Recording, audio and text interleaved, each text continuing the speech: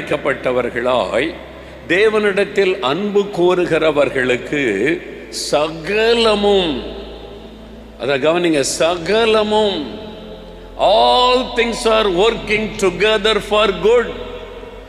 சகலமும் நன்மைக்கு ஏதுவாய் நடக்கிறது. இன்றைக்கு தோல்வி, இன்றைக்கு ஏமாற்றம், இன்றைக்கு நஷ்டம், இன்றைக்கு பாடுகள், இன்றைக்கு வியாதி, இன்றைக்கு உபத்திரவம், இன்றைக்கு நெருக்கம், முடிவு எப்படி இருக்குமோ அப்படின்னு கலங்குறீங்களா? ஆண்டவர் வாக்கு கொடுக்கிறார், என் மகனே, என் மகளே, இன்றைக்கு நடந்து கொண்டிருக்கிற காரியத்தை குறித்து சோர்ந்து போகாது. சகலமும் நன்மைக்கு ஏதுவாய் நடக்கிறது.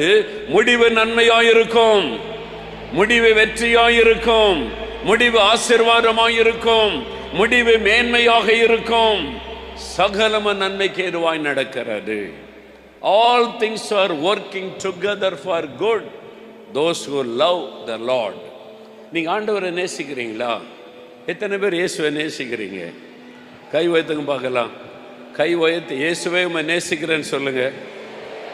இயேசுவை உம்மை நேசிக்கிறேன், இயேசுவை உம்மை நேசிக்கிறேன்.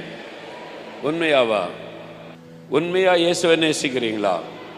அப்படின்னா உங்க வாழ்க்கையில நடக்கிற எல்லாமே நன்மைக்கு ஏதுவாய் நடக்கிறது.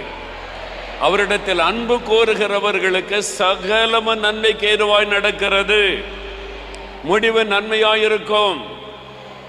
என்னங்க சொல்றீங்க? வியாதியில கஷ்டப்பட்டு பேச பலன் இல்லை, நடக்க பலன் இல்லாம வந்திருக்கிறேனே, நன்மைக்குன்னு சொல்றீங்களே அப்படி நினைக்கிறீங்களா? இந்த வியாதியிலேயே நீங்கள் இருக்க போவதில்லை. தேவன் அதுக்கு முடிவை உண்டாக்க போகிறார். முடிவு